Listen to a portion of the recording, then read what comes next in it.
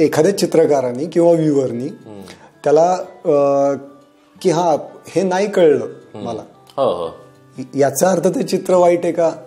असं कधीच होत नाही. राईट. नाही, कुठलेही तेच म्हणलं ना की कसं होतं की काही वेळा काय होतं की काही एक विशिष्ट प्रकार तयार होतो की ज्यांना आम्हाला ह्यातलं कळतं किंवा हे आहे, मग ती साधारण आमच्या फील्डमध्ये एखाद्या टक्का ती एक समूह असतो की बाबा मला ह्यातलं हे आहे ते आहे सगळं, आणि तो मग तो रिकमेंड करतो. मग हा बाकीचा जो 99% समूह आहे ते फक्त हो हो म्हणण्यातच जातं. मग ते तसं कलेत होता कामा नये आणि तसं होऊ नये. मग आणि मला एखादी गोष्ट कळली नाही तर कळली नाही. आता साधी गोष्ट आहे बघा, आपल्याला संगीत हे फार जवळच आहे सगळ्यांना, म्हणजे तुम्हाला मला, आपण सगळे वेगवेगळ्या प्रकारचं संगीत ऐकतोच.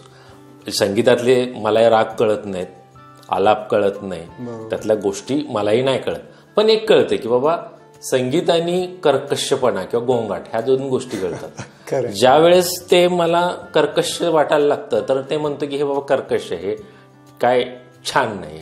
बरोबर. ही जशी गोष्ट मला येते, म्हणजे मला समजती, सहज समजती आणि मी सहज रिॲक्ट होतो, तसंच त्यात आहे की बाबा मला एखादी गोष्ट माझ्या डोळ्याला ते आवडलंय, मला फील झालंय, ते छान आहे, मला झालं नाही, मला नाही हे झालं तर नाही झालं, ह्यात काय ते त्यामुळे ते चुकीचं आहे बरोबर आहे ह्यात न जाता ते तिथं ते तसं स्वातंत्र्य असावं. त्यामुळं म्हणजे त्याच्यासाठी खूप काटाकूट करायची काही गरज नाही.